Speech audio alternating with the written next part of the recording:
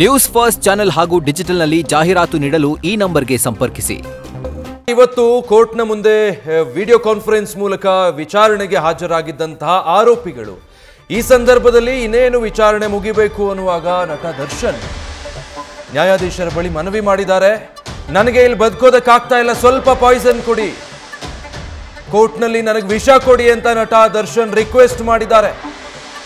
ನಾನು ಬಿಸಿಲು ನೋಡಿನೇ ಬಹಳ ದಿನ ಆಗೋಯ್ತು. ದರ್ಶನ್ನ ತಗೊಂಡು ಹೋಗಿ ಅಲ್ಲಿ ವಿಚಾರಣಾಧೀನ ಕೈದಿಗಳನ್ನಿಡೋ ಜೈಲಲ್ಲಿ ಹಾಕಿರೋದು, ಅದಾದ್ಮೇಲೆ ಹೊರಗೆ ಬಂದಿಲ್ಲ. ಬಟ್ಟೆಗಳೆಲ್ಲ ವಾಸನೆ ಬರ್ತಾ ಇದೆ.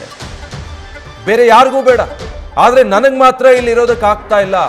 ಇಂಥ ಪರಿಸ್ಥಿತಿಯಲ್ಲಿ ಬದುಕೋದಕ್ಕಾಗ್ತಾ ಇಲ್ಲ. ನನಗೆ ದಯವಿಟ್ಟು ವಿಷ ಕೊಡಿಸ್ಬಿಡಿ ಅಂತ ಜಡ್ಜ್ ಬಳಿ ಮನವಿ ಮಾಡ್ಕೊಂಡಿದ್ದಾರೆ. ಜೈಲಲ್ಲಿ ನನಗೆ ಬದುಕೋದಕ್ಕೆ ಸಾಧ್ಯ ಆಗ್ತಾ ಇಲ್ಲ ಅಂತ ದರ್ಶನ್ ಹೇಳಿದ್ದಾರೆ. ಆದ್ರೆ ಹಾಗೆ ಮಾಡೋದಕ್ಕೆ ಬರೋದಿಲ್ಲ, ಜೈಲಿನ ಸೂಪರಿಂಟೆಂಡೆಂಟ್ಗೆ ನಾವು ಸೂಚನೆ ಕೊಡ್ತೀವಿ ಅಂತ ಅದಕ್ಕೆ ಜಡ್ಜ್ ಹೇಳಿದ್ದಾರೆ. ದರ್ಶನ್ ಈ ರೀತಿ ಹೇಳ್ಕೊಳ್ಬೇಕು ಅಂದ್ರೆ ದರ್ಶನ್ ಒಂದೊಂದು ಕ್ಷಣವನ್ನು ಯಾವ ರೀತಿ ಕಳೀತಾ ಇರಬೇಡ. ಪರಪ್ಪನ ಅಗ್ರಹಾರ ಜೈಲಲ್ಲಿ ಹೊರಗಿದ್ದಾಗ ಸೆಲೆಬ್ರಿಟಿಗಳಿಂದ ಮೆರೆಸಲ್ಪಡ್ತಾ ಇದ್ದಂತಹ, ಸೆಲೆಬ್ರಿಟಿಗಳು ತಲೆ ಮೇಲೆ ಇಟ್ಟು ಮೆರೆಸ್ತಾ ಇದ್ದಂತಹ ಚಾಲೆಂಜಿಂಗ್ ಸ್ಟಾರ್ ದರ್ಶನ್, ಅಭಿಮಾನಿಗಳ ಪಾಲಿನ ಡಿ ಬಾಸ್, ಐಷಾರಾಮಿ ಜೀವನ ಕಂಡಿದ್ದಂಥ ನಟ ದರ್ಶನ್ ಈಗ ಪರಪ್ಪನ ಅಗ್ರಹಾರದಲ್ಲಿ ವಿಚಾರಣಾಧೀನ ಕೈದಿ. ವಿಚಾರಣಾಧೀನ ಕೈದಿಯ ದಿನಚರಿ ಹೇಗಿರುತ್ತೋ ಈಗ ಯಥಾವತ್ ಹಾಗೆ. ಒಂದು ಕಿಂಚಿತ್ತು ಕೂಡ ಎಕ್ಸ್ಟ್ರಾ ಫೆಸಿಲಿಟಿ ಅನ್ನೋದು ಸಿಗೋದಿಲ್ಲ. VIP ಟ್ರೀಟ್ಮೆಂಟ್ ದೂರದ ಮಾತು. ಕಳೆದ ಬಾರಿ ಪರಪ್ಪನ ಅಗ್ರಹಾರದಲ್ಲಿದ್ದಾಗ ಅಲ್ಲಿ ಲಾನಲ್ಲಿ ಕೂತ್ಕೊಂಡು ವಿಲ್ಸನ್ ಗಾರ್ಡನ್, ನಾಗಾ ಮತ್ತೆ ಇತರರ ಜೊತೆ ಕಾಫಿ ಮಗ್ಗು, ಸಿಗರೇಟು ಹಿಡ್ಕೊಂಡು ಯಾವುದೋ ರೆಸಾರ್ಟಲ್ಲಿ ಕೂತಂಗಿತ್ತಲ್ಲ, ಫೋಟೋ ಲೀಕ್ ಆಗಿತ್ತಲ್ಲ, ಅಷ್ಟು ಬಿಡಿ, ಅದು ದೂರದ ಮಾತು. ಈಗ ಸುಪ್ರೀಂ ಕೋರ್ಟ್ ಮಾನಿಟರಿಂಗ್ ಮಾಡ್ತಾ ಇರೋದು, ಖಡಕ್ ಸೂಚನೆ ಕೊಟ್ಟು ಮತ್ತೆ ಜಾಮೀನನ್ನು ರದ್ದು ಮಾಡಿ ಇವರನ್ನು ಒಳಗಾಕಿರೋದು. ಅಧಿಕಾರಿಗಳಿಗೂ ನಡುಕ ಇರುತ್ತೆ, ಜೈಲಿನ ಸಿಬ್ಬಂದಿಗೂ ಭಯ ಇರುತ್ತೆ. ಸುಪ್ರೀಂ ಕೋರ್ಟ್ ಮಾನಿಟರ್ ಮಾಡ್ತಾ ಇದೆಯಪ್ಪ, ನಮಗೆ ಯಾಕೆ ಬೇಕು, ಕೆಲಸ ಹೋಗ್ಬಿಟ್ರೆ ಅಂತ. ಹಿಂಗಾಗಿ ವಿಚಾರಣಾಧೀನ ಕೈದಿಗಳನ್ನ ಹೇಗೆ ನಡೆಸ್ಕೊಳ್ಳಲಾಗುತ್ತೋ ಹಾಗೆ ನಡೆಸ್ಕೊಂಡಿದ್ದಾರೆ ಈ ಬಾರಿ ಎಲ್ಲ ಆರೋಪಿಗಳನ್ನು, ನಟ ದರ್ಶನ್ ಸೇರಿದ ಹಾಗೆ. ಸೊ ಈಗ ದರ್ಶನ್ರಿಗೆ ಜೈಲು ಅಂದ್ರೆ ಹೆಂಗಿರುತ್ತೆ ಅನ್ನೋದ್ರ ನಿಜ ದರ್ಶನ ಆಗಿದೆ ಅಂದ್ರೆ ತಪ್ಪಾಗಲ್ಲ ಅನ್ಸುತ್ತೆ. ದರ್ಶನ್ರಂಥ ವ್ಯಕ್ತಿತ್ವವುಳ್ಳ ಒಬ್ಬ ಮನುಷ್ಯ, ಅಷ್ಟು ಗಟ್ಟಿ ವ್ಯಕ್ತಿತ್ವದ ಒಬ್ಬ ಮನುಷ್ಯ, ನನಗೆ ವಿಷ ಕೊಟ್ಬಿಡಿ, ಇಲ್ಲಿ ನನ್ನಿಂದ ಬದುಕೋದಕ್ಕಾಗ್ತಾ ಇಲ್ಲ ಅಂತ ಮನವಿ ಮಾಡ್ಕೊಳ್ಳೋ ಪರಿಸ್ಥಿತಿ ಬರುತ್ತೆ ಅಂದ್ರೆ ಎಂಥ ಹೀನಾಯ ಪರಿಸ್ಥಿತಿಯಲ್ಲಿರಬೇಡ, ಎಷ್ಟು ಮನಸ್ಸು ಜರ್ಜರಿತವಾಗಿರಬೇಡ, ಯಾವ ರೀತಿ ಹಿಂಸೆಯನ್ನು ಅನುಭವಿಸಿರಬೇಡ, ಯೋಚನೆ ಮಾಡಿ. ವಿಚಾರಣಾಧೀನ ಕೈದಿಯೊಬ್ಬ ಜಡ್ಜ್ ಮುಂದೆ ಬಂದು ನನಗಿಲ್ಲಿ ಬದುಕೋದಕ್ಕೆ ಸಾಧ್ಯ ಆಗ್ತಾ ಇಲ್ಲ, ವಿಷ ಕೊಟ್ಬಿಡಿ, ನನಗೆ ಸತ್ತೋಗೋದು ಲೇಸು, ಈ ಥರ ಬದುಕೋದಕ್ಕಿಂತ ಅಂತ ಅನ್ನಿಸ್ತಾ ಇದೆ ಅಂತ ಹೇಳ್ಕೊಳ್ತಾರೆ ಅಂದ್ರೆ ನರಕ ದರ್ಶನ ಆಗ್ತಾ ಇದೆ ಆರೋಪಿ ದರ್ಶನ್ಗೆ ಪರಪ್ಪನ ಅಗ್ರಹಾರದಲ್ಲಿ. ಏನೋ ಜೈಲು ಅಂದ್ರೆ ಈ ಕಳೆದ ಬಾರಿ ನೋಡಿದ್ವಲ್ಲ ಅದೇ ಥರ, ಅಲ್ಲೂ ದುಡ್ಡು ಕೊಟ್ಟರೆ ಎಲ್ಲ ಸಿಗುತ್ತೆ, ಅಲ್ಲೂ VIP ಸಂಸ್ಕೃತಿ ಇದೆ, ಜೈಲೊಳಗೂ ಎಲ್ಲ ಥರನೂ ನಡೆಯುತ್ತೆ ಅಂತ ಅಂದ್ಕೊಂಡಿದ್ದಂಥ ದರ್ಶನ್ಗೆ ಈ ಸಲ ನಿಜ ಜೈಲಿನ ದರ್ಶನ ಮಾಡಿಸಿದ್ದಾರೆ ಅಧಿಕಾರಿಗಳು. ಬಟ್ಟೆ ವಾಸನೆ ಬರ್ತಾ ಇದೆ, ಅದೇ ಬಟ್ಟೆ ಹಾಕೊಳ್ಳೋಕ್ಕಾಗ್ತಾ ಇಲ್ಲ ಅಂತ ದರ್ಶನ್ ಹೇಳ್ಕೊಂಡಿರೋದು. ಒಬ್ಬರ ಪಕ್ಕ ಒಬ್ಬರು ಕೂರೋದಕ್ಕಾಗ್ತಾ ಇಲ್ಲ, ನಮ್ಮ ವಾಸನೆಗಳನ್ನು ನಮಗೆ ಸಹಿಸೋಕ್ಕಾಗ್ತಾ ಇಲ್ಲ. ಬಟ್ಟೆ ಕೆಟ್ಟು ನಾರ್ತಾ ಇದೆ, ಗಬ್ಬೆದ್ದು ವಾಸನೆ ಬರ್ತಾ ಇದೆ, ಇದನ್ನೇ ಹಾಕ್ಕೊಂಡಿರೋಕ್ಕಾಗಲ್ಲ. ಊಟ ಕೊಡುವಾಗಲೂ ದೂರದಿಂದ ತಟ್ಟೆ ತಳ್ಳುತ್ತಾರೆ. ದಿಂಬು ಬೆಡ್ಶೀಟು ಕೇಳಿದ್ರೆ ಕೊಡಲ್ಲ, ಶೂ ಹಾಕಿದ್ರೆ ಶೂಗಳನ್ನು ಬಿಚ್ಚಿಸ್ತಾರೆ.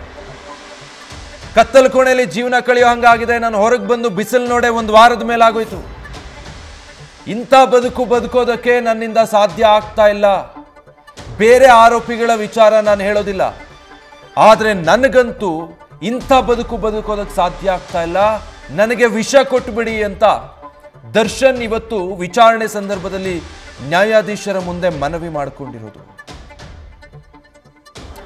ಏನೇನೆಲ್ಲ ಮಾತಾಡಿದ್ದು, ಹೊರಗಿದ್ದಾಗ ಎಷ್ಟೆಷ್ಟೆಲ್ಲ ಪ್ರಮಾದಗಳನ್ನ ಮಾಡಿಕೊಂಡಿದ್ದು, ಅದೆಲ್ಲದಕ್ಕೂ ಈಗ ಪ್ರಾಯಶ್ಚಿತ್ತ ಅನ್ನೋ ಹಂಗೆ ದರ್ಶನ್ ಇವತ್ತು ವಿಚಾರಣೆಗೆ ವಿಡಿಯೋ ಕಾನ್ಫರೆನ್ಸ್ ಮೂಲಕ ಹಾಜರಾದ ಸಂದರ್ಭದಲ್ಲಿ ಸಾಯೋ ಮಾತನಾಡಿದ್ದಾರೆ.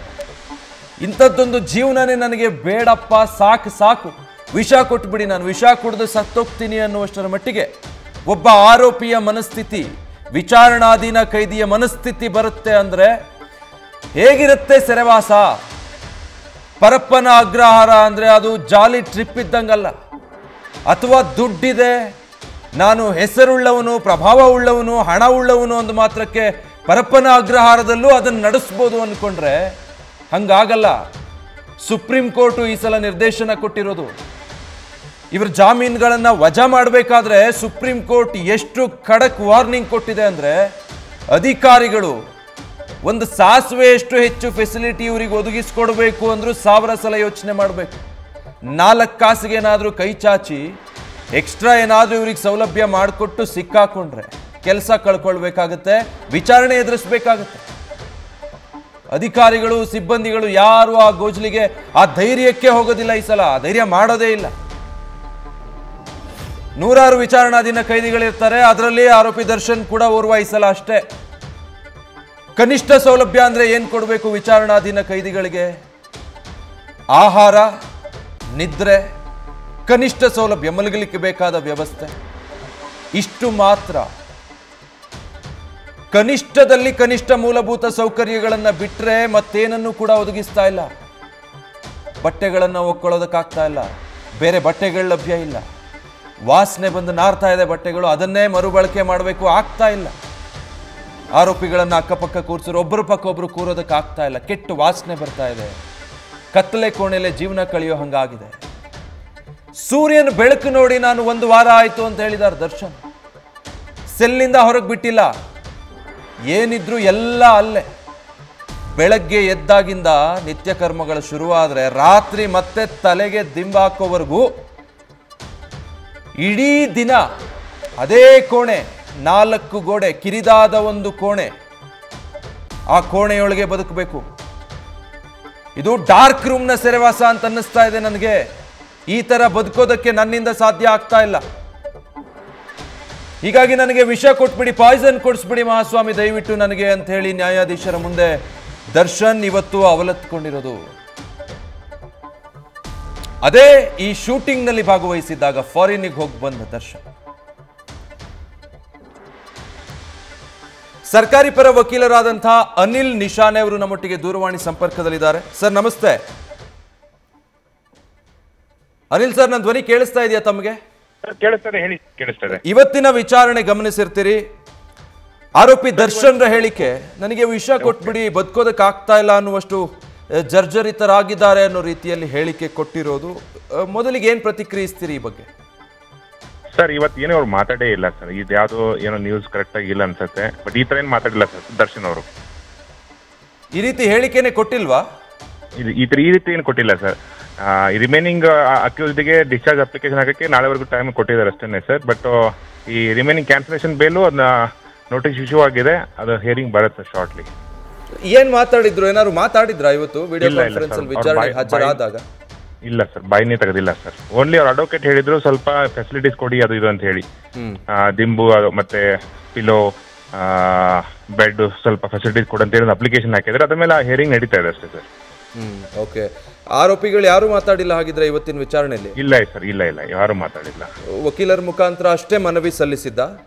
ಎಕ್ಸಾಕ್ಟ್ಲಿ ಅಷ್ಟೇ. ಈಗ ಅವ್ರ ವಕೀಲರ ವಾದ ಏನಿರೋದು? ಕನಿಷ್ಠ ಸೌಲಭ್ಯ ಏನ್ ಕೊಡ್ಬೇಕು ವಿಚಾರಣಾಧೀನ ಕೈದಿಗಳಿಗೆ, ಅದನ್ನು ನೀಡ್ತಿಲ್ಲ ಅನ್ನೋದಾ? ಸರ್, ಆತರ ಇಲ್ಲ ಸರ್. ಬೇಸಿಕ್ ಫೆಸಿಲಿಟೀಸ್ ಎಲ್ಲ ಕೊಡ್ತಾ ಇದಾರೆ, ಏನ್ ಬೇಕು ಅವಾಗೆಲ್ಲ ಕೊಡ್ತಾ ಇದಾರೆ. ಬಟ್ ಇವ್ರಿಗೆ ಎಕ್ಸ್ಟ್ರಾರ್ಡಿನರಿ ಬೇಕಂದ್ರೆ ಕೋರ್ಟ್ ವಿಲ್ ಡಿಸೈಡ್ ಸರ್. ಅಲ್ಲ, ಈಗ ದಿಂಬು ಬೆಡ್ಶೀಟ್ ಇರ್ಬೋದು ಅಥವಾ ಇರೋ ಸೌಲಭ್ಯಗಳನ್ನು ಬಹಳ ಟೈಟ್ ಮಾಡಿದ್ದಾರೆ, ಅದು ಕೂಡ ಸಿಗ್ತಾ ಇಲ್ಲ ಅನ್ನೋ ರೀತಿಯಲ್ಲಿ ವಾದ.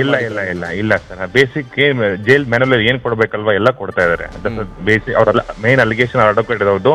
ಬಟ್ ನಮ್ಮ ಗೌರ್ಮೆಂಟ್ ಕಡೆಯಿಂದ ಸರ್ ಎಲ್ಲ ಫೆಸಿಲಿಟೀಸ್ ಕೊಡ್ತಾ ಇದ್ದಾರೆ ಜೈಲ್ ಅಥಾರಿಟಿಯಿಂದ. Okay, thank you sir. News first ಜೊತೆ ಮಾತಾಡಿದ್ವಿ.